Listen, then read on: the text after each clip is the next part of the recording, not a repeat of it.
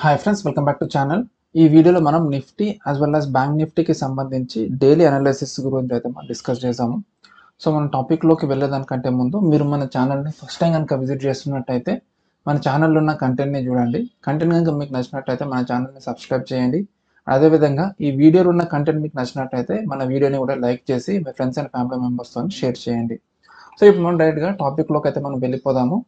So first మనం Nifty గురించి అయితే మనం డిస్కస్ చేసుకుందాము. సో నిఫ్టీ మనకి ఇక్కడ చూసుకుంటే ఒక మంచి ర్యాలీ అయితే మనకి ఇచ్చింది.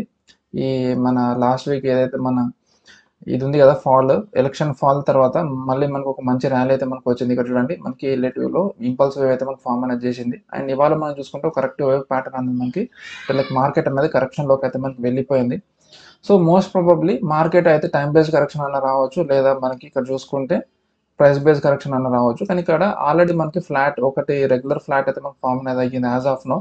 సో ఫామ్ అవుతుంది కాబట్టి ఇక్కడ మనకి టైం బేస్డ్ కరెక్షన్ అయితే మనకి వస్తుంది యాజ్ ఆఫ్ నో ఇక్కడ మనం చూసుకుంటే. సో దీన్ని ఇంకా మనము 1 minute టైం ఫ్రేమ్లోకి మనం తీసుకెళ్తే ఇక్కడ చూడండి, ఇది మనకి 5 వేవ్ ప్యాటర్న్ అనేది మనకి ఇక్కడ ఇనిషియల్గా అయితే మనకి ఇక్కడ 5 వేవ్ ప్యాటర్న్ అనేది మనకి ఫామ్ అనేది అయ్యింది. దాని తర్వాత మనకి ఇక్కడ B wave, so B wave complex wave అనేది ఫామ్ అయింది. దాని తర్వాత మళ్ళీ మనకు ఒక కాంప్లెక్స్ వేవ్ మన ఇంపల్స్ వేవ్ అనేది మనకి ఫామ్ అనేది అవుతుంది. సో ఇక్కడ ఇంపల్స్ వేవ్ అనేది మనకి ఇంకా ఎండ్ అనేది అవ్వలేదు, C wave. So most probably ఇది మనకి ఇక్కడ చూసుకుంటే 23,188 ఆర్ 189 లెవెల్స్ వరకు మనకి డౌన్ సైడ్కి వచ్చే ఛాన్స్ అయితే మనకి కనిపిస్తుంది. లేదా మనకి కొంచెం డౌన్ సైడ్ అనేది వచ్చి అక్కడ నుంచి మళ్ళీ మనకి పుల్ బ్యాక్ అంటే లైక్ ఎక్స్ వేవ్ అనేది మనకి ఫామ్ అయ్యే ఛాన్స్ అయితే మనకి కనిపిస్తుంది. ఎందుకంటే మనకి ఇంత పెద్ద ఫాల్లో మనకి ఈ కరెక్షన్ ఏదైతే వచ్చిందో అదే మనకి చాలా మినిమల్. సో కొంచెం టైం తీసుకొని చాలా స్లోగా మనకి మార్కెట్ అనేది కరెక్షన్ అనేది తీసుకొని దాని తర్వాత మార్కెట్ అనేది అప్ సైడ్కి మనకి వెళ్ళే ఛాన్స్ అయితే మనకి కనిపిస్తుంది ఫ్రెండ్స్. సో ఇక్కడ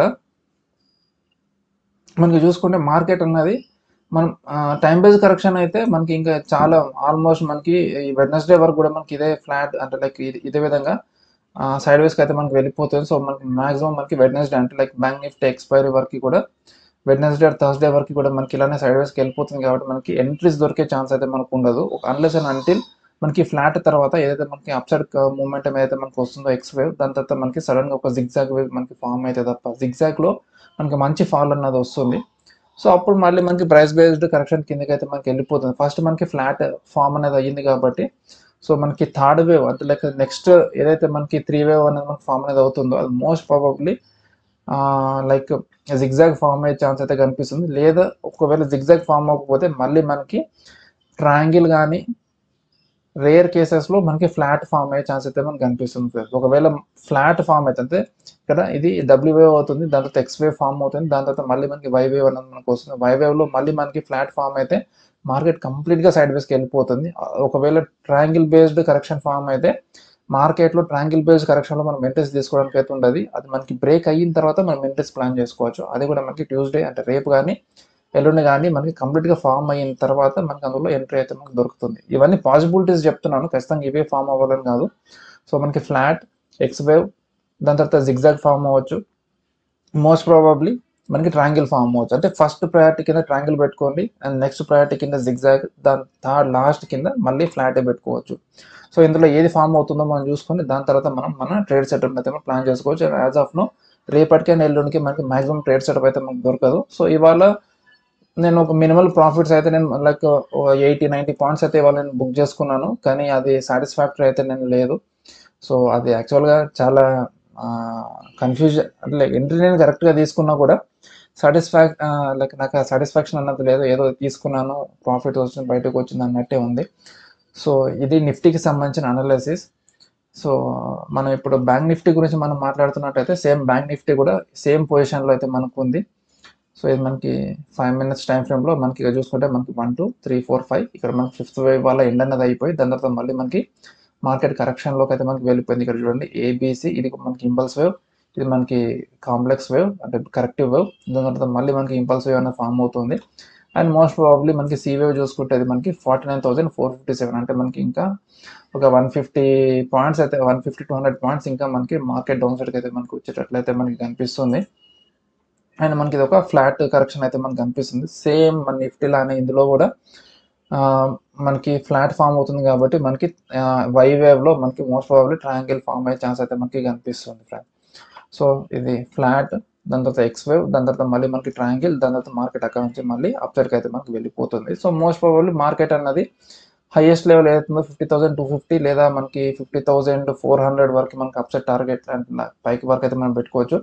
50,400 నుంచి మనకి మార్కెట్ ఇక్కడ 48,636 లెవెల్స్ వరకు ఈ మధ్యలోనే ప్రైస్ అనేది ఆసిలేట్ అనేది అవుతుంది. ఒకవేళ మార్కెట్ కనుక ఈ 48,638 లెవెల్స్ మార్క్ కనుక మనం బ్రేక్ చేస్తే డౌన్ సైడ్లో మళ్ళీ మనకి 47,672 వరకు, అంటే ఈ లెవెల్ అనేది మనకి జోన్ లాగా అనేది మనకు అవుతుంది ఫ్రెండ్స్. ఇది ఈ 48,638 నుంచి మనకి 47,631 ఇది మనకు ఒక జోన్ లాగా అనేది అవుతుంది.